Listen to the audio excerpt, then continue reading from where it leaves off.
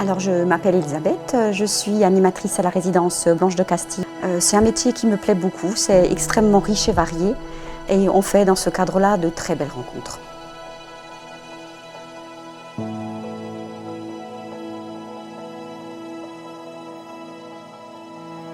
Nous bénéficions de très beaux espaces de vie, étant donné que Blanche de Castille a été à une époque ce qu'on appelait une maison de retraite, où c'était des gens valides qui étaient accueillis et qui souhaitaient donc s'amuser, faire des choses ensemble.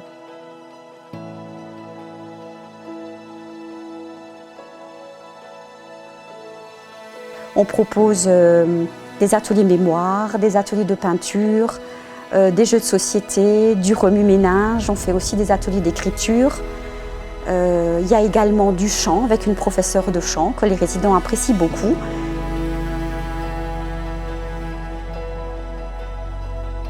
Je m'appelle Cyrielle et je suis psychologue clinicienne. Le projet qui a vu le jour au mois de mai 2023 s'intitule L'autobiographie, un beau moyen d'expression. Le fait de prendre des vidéos témoignages, ça a vraiment été une aventure. Il s'agissait en fait de raconter leur histoire à travers la parole, à travers des photos du passé qu'ils nous ont transmises et à travers des photos aussi plus actuelles. Un témoignage direct n'aurait pas été faisable parce qu'ils auraient eu beaucoup trop peur, parce qu'ils ne maîtrisent pas convenablement, pour certains, le français. Enfin, en tout cas, ils ont peur de ne pas réussir à le maîtriser. D'autre part, ce n'est pas une génération qui a eu l'habitude de s'exprimer facilement. On cachait ses émotions, on ne les exprimait pas aussi facilement qu'aujourd'hui. Et donc, il a fallu passer par le biais de l'écrit pour les rassurer, ce qui n'était pas prévu au départ, parce qu'au départ, on leur avait dit « vidéo témoignage ». Mais ça leur a fait tellement peur qu'on a été obligé de passer par l'écrit pour arriver au résultat souhaité. Il y avait en fait un temps de discussion imparti pour chaque personne qui permettait de s'exprimer comme elle le souhaitait et de pouvoir dire ce qui lui tenait à cœur. Donc il s'agissait de recueillir des tranches de vie de résidents, de les faire s'exprimer un petit peu sur leur vécu qui était quand même singulier, qui ne correspond plus du tout au nôtre.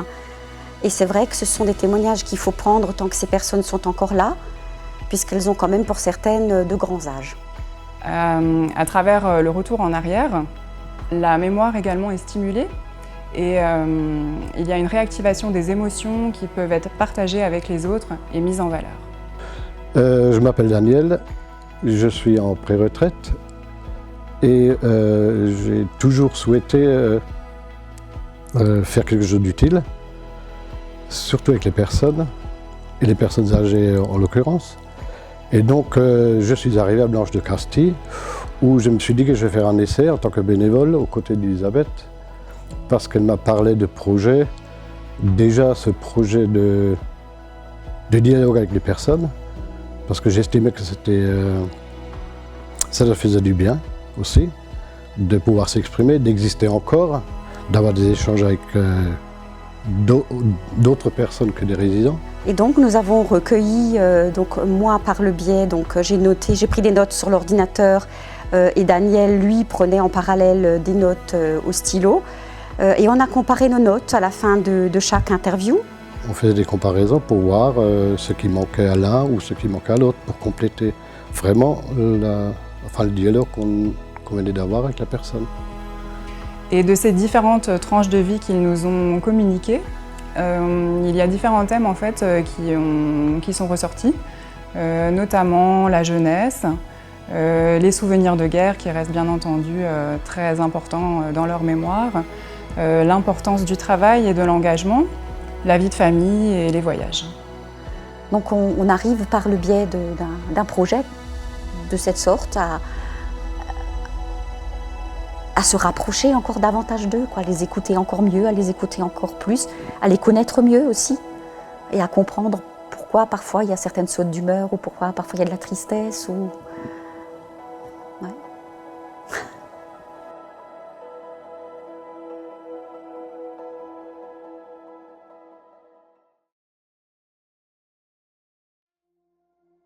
Bon, eh ben bonjour. Je suis né le 1er juin 41. À signaler que le 1er juin 41, c'était un dimanche de Pentecôte. ça m'a énormément fatigué, donc on a donné à tout le monde un jour supplémentaire, c'est-à-dire c'est devenu le lundi férié, hein, pour tout le monde. Je suis née à Parcé, dans le Jura. Et ma mère, c'était une Italienne et mon père, un Français. Et ils se sont mariés, ils ont eu 4 enfants. Donc moi aussi, un frère, moi, une sœur et un frère, 4 enfants. Je suis née le 29 mai 1937 à Alger, en Afrique du Nord. J'ai vécu 22 ans. J'habitais dans une rue commerciale. Enfin, je suis née à la maison. Je suis la seule de la famille qui soit née à la maison. Je suis née le 23 avril 1935 à Bâle. À l'époque, il n'y avait pas de clinique à Saint-Louis. Je suis née à Colmar, à l'hôpital militaire Bord, qui n'existe plus. Parce que mon papa était militaire.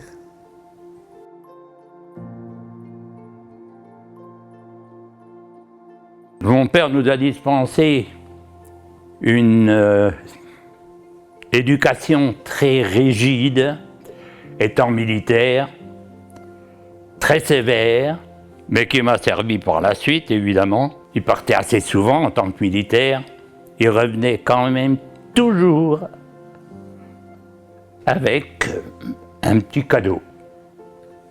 Ce qui prouve qu'il était quand même très gentil, malgré sa rigidité. C'est pour mes 21 ans que j'ai appris, en fin de compte, qu'il m'aimait. Parce que pour mes 21 ans, il m'avait sculpté les petites, comment on appelle, des machins de bombes, enfin pour faire les,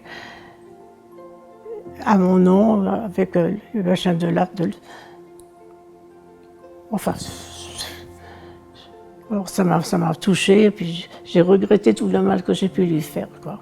Il avait été prisonnier en Allemagne pendant 5 ans. Et après, il est rentré à l'école de gendarmerie. Et il a été nommé en Alsace. Il faisait de tout pour gagner de l'argent. Tuer les cochons à la maison, à Ufheim. On avait une ferme à nous, puis mon père allait à l'usine de chimie, et puis s'est noyé en allant au travail. Et ma mère s'est restée veuve avec les 4 enfants. Une sœur et un frère, qui était bien sûr le chouchou de ma maman. C'était son petit dernier. Mais on n'était pas jalouse, on s'entendait très bien. Et puis ma maman était concierge. Elle faisait les ménages. Et puis la propriétaire où on habitait, je les considérais un peu comme mes grands-parents, parce qu'eux n'ont pas eu d'enfants. Et puis ils ont reporté leur amour sur moi, par contre. Je comptais pour eux comme leurs yeux. Je vivais plus avec eux qu'avec mes parents, en fin de compte, après, quoi, quand j'étais plus grande. On n'avait pas tout le modernisme. On se chauffait au bois, à la cuisinière avec le bois. On allait chercher le bois en forêt. Alors on faisait le petit bois, le moyen, le plus gros. Voilà, et puis les fers à repasser étaient sur la gazinière pour repasser, tout ça. Le linge, on faisait tout à la main, hein. On faisait à la main, et puis comme on était dans une ferme, il y avait un abreuvoir, et puis on lavait les draps là-dedans, et puis ma soeur d'un côté et moi de l'autre, et on tournait et comme ça, quoi. Puis après on faisait sécher sur un fil, quoi. Dans mon jeune âge, il n'y avait pas de machine à laver. Et ma maman a eu sa machine à laver, vous voyez, dans les années 50, je crois. Mais tout au début, quand on était enfant, qu'on n'avait pas de machine, on lavait à la main et on étendait sur le pré, le linge. Et après, on a eu des machines à laver tambour. Et après, ben voilà.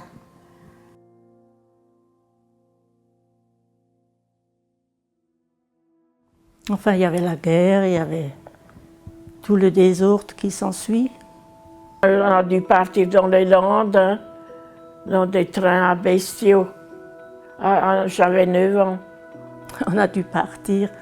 On avait des Leiterwagen, je ne sais pas comment on appelle ça, un petit chariot à tirer.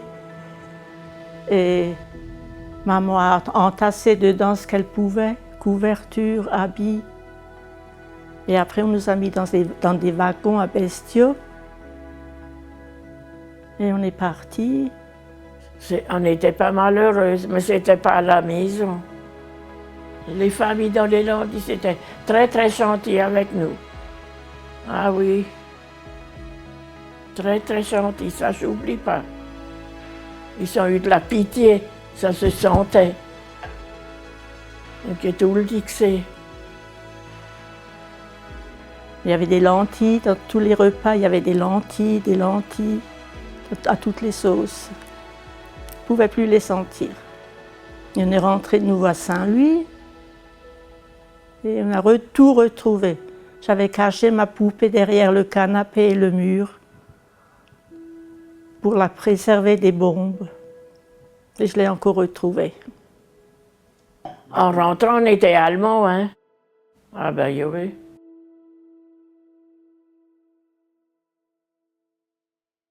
On est parti en Allemagne tout de suite après la guerre. Et j'y suis resté à Kaiserslautern, donc jusqu'à 12 ans.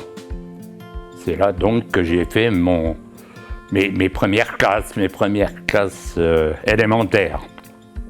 J'étais dans un collège à Dole. On a appris à faire un peu de tout. La cuisine, la couture, tout ça quoi. Je voulais plutôt apprendre un métier plutôt que de faire des études. Et donc, j'ai appris l'ajustage. J'ai appris la couture. C'est une dame qui était déjà âgée. Et on m'a pas donné beaucoup de couture. On m'a donné de l'astrakan. Et l'astrakan, il faut coudre à la main. Et la chèvre, trop épais, il fallait coudre à la main. Qu'est-ce qu'on a cassé comme aiguille? Là. On voulait à tout prix que je sois couturière parce que c'était la mode que les filles devaient apprendre la couture, devaient être couturières. Alors j'ai perdu 4 ans de ma vie parce que j'avais horreur de la couture. J'ai eu quand même mon diplôme de flot. Après, pour le machin tailleur, ça j'ai loupé. Alors je suis partie, j'ai fait une dépression. Après j'ai travaillé comme vendeuse pour me payer les cours de dactylo, sténo-dactylo. Enfin, les sténos, je n'ai pas appris, le dactylo, comptable. Ben, nous, les femmes de policiers, on ne travaillait pas avant. Après, c'est venu qu'on avait le droit. Alors, j'ai été travailler à Textile en Biais, chez Gazzoni, pour les boîtes de contention. Voilà. Mais quand j'étais jeune fille, j'ai travaillé. C'est seulement quand je me suis mariée, parce qu'il était policier, on n'avait pas le droit. C'était très rare qu'une femme de gendarme travaille. Et après, on a eu le droit, donc j'ai été travailler. Hein. Il fallait de l'argent, hein. Normal. J'ai trouvé une place donc de chef d'équipe à la Maglone à Giromagny, où je suis resté pendant 4 ans. J'ai bien progressé également, mais j'étais pas tellement d'accord avec le directeur. C'était un nouveau directeur, mais c'était l'ancien chef d'atelier que j'avais fait malheureusement licencier par une lettre au PDG. Bon, et lettre au PDG avec copie directeur seulement. Et puis il est revenu comme directeur, donc on n'avait plus tellement d'atomes crochus. Mais malgré tout, au bout d'1 an, il a reconnu quand même mes capacités, puisque j'avais redressé un atelier qui était pas à l'abandon, mais enfin, il faisait plus de rebuts que de pièces bonnes. J'ai redressé cet atelier et donc il m'a nommé quand même contremaître. Quand je suis passé contremaître, le jour où c'était affiché dans toute l'usine, je suis retourné à mon bureau, j'ai pris une lettre où j'avais marqué en gros « lettre de démission » et lors de la réunion qu'on avait tout de suite après, je lui ai remis ma lettre de démission alors que je venais d'être nommé contremaître. Ça a jeté un petit froid.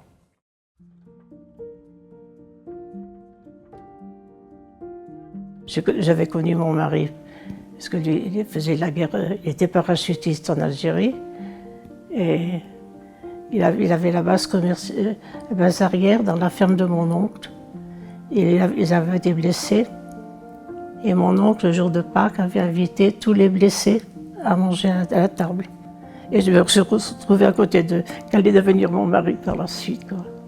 Le père à ma mère, qui habitait avec nous, qui est rentré d'Algérie en 62, et puis il n'y avait personne qui pouvait rentrer à la maison, hein. Surtout pas les garçons. On allait dans les bals populaires, et c'est là que j'ai rencontré mon mari. Et... On s'est rencontrés à une quilbe. Dans le temps, il y avait donc toujours, tous les villages faisaient une fête, et puis on s'est rencontrés au bal. Il m'a dit, vous me réservez la prochaine. J'étais étonnée.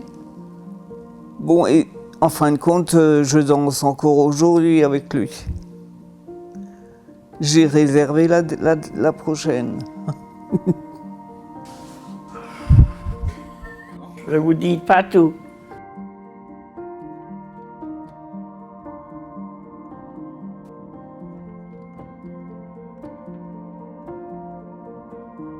Ma femme avait du mal à avoir un enfant et on a construit donc à Wanzenheim en 72. On est rentré, d'ailleurs c'est remarquable, le 12/12/72.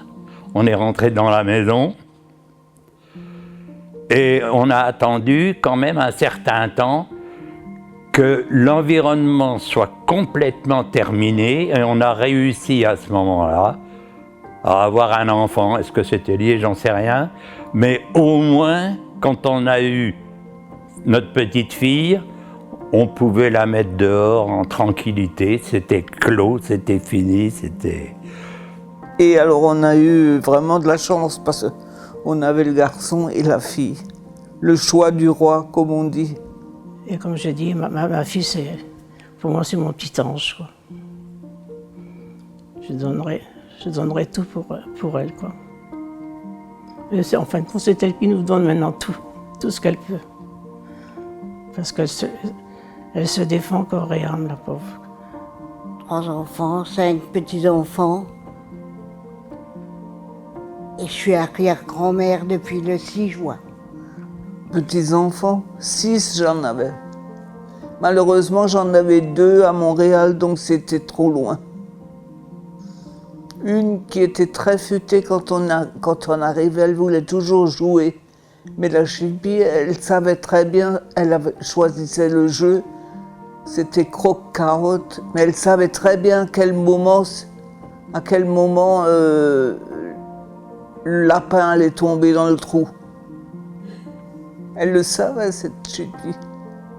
Le grand, il a 19 ans maintenant et il vient de finir sa première année de fac d'infirmier à Rouffach.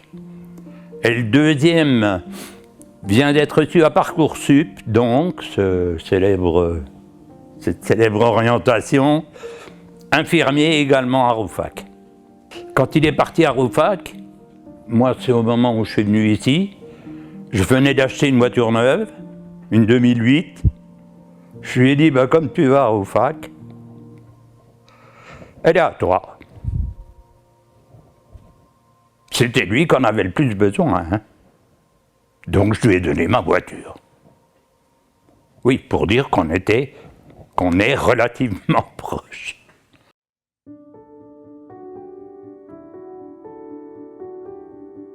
On a beaucoup voyagé parce que mon fils était à Tahiti. Il a fait son service militaire à Tahiti comme kiné.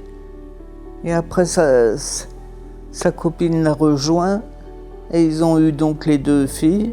Et ensuite, il est allé en voyage à Montréal. Il a dit, je crois que là, je vais faire mes études d'ostéopathie. Donc nous, ça nous a permis de voyager. Moi, j'étais 3 fois à Tahiti.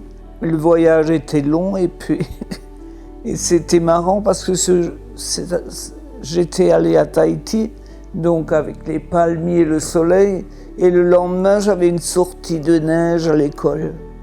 Le lendemain de mon retour, donc c'était un paysage incroyable en 2 jours. J'ai aussi vu la mise à l'eau de Louis Pasteur, le bateau à Saint-Nazaire. J'avais 3 ans, 3 ans et demi. Quand papa était en déplacement, ils m'ont emmené avec maman. Et puis, il y avait juste le lancement, le mise à mer de Louis Pasteur. Un immense bateau. Mais je dis, le meilleur souvenir, c'était l'Égypte. Hein. Ça, on en prend plein les yeux, on a chose. Ça, moi, je dis, c'est quelque chose qu'il faut aller voir. Et voir tous ces machins, que ça a pu exister dans le temps. Quand on pense qu'il y a 4000 ans, 4000 ans. Pour ça, je dis. Ça, c'était mon plus beau souvenir.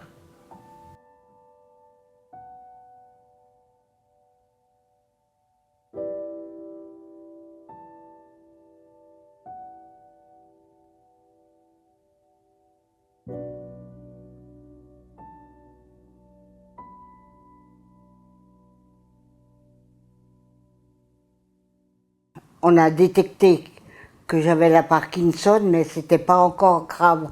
C'était pas comme maintenant. Et puis, vu que je tombais tout le temps, alors les pompiers ont dit il faut aller dans une maison. Que je pouvais plus rien faire chez moi. Là, je pouvais plus. Et puis je suis tombée dans les pommes sans me rendre compte. J'étais même tombé avec une aide à domicile dans la douche. Après sont venus 5 pompiers. J'étais pas fier là parce que j'étais à poil dans la douche.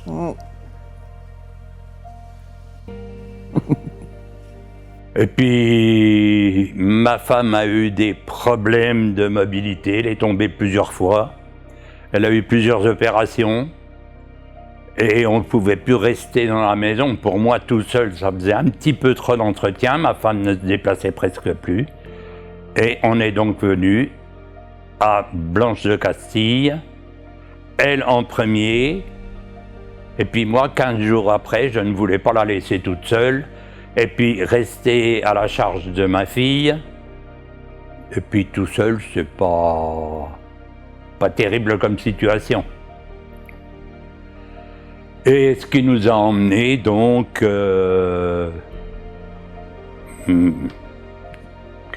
ici, devant les caméras. Merci de m'avoir écouté jusqu'ici.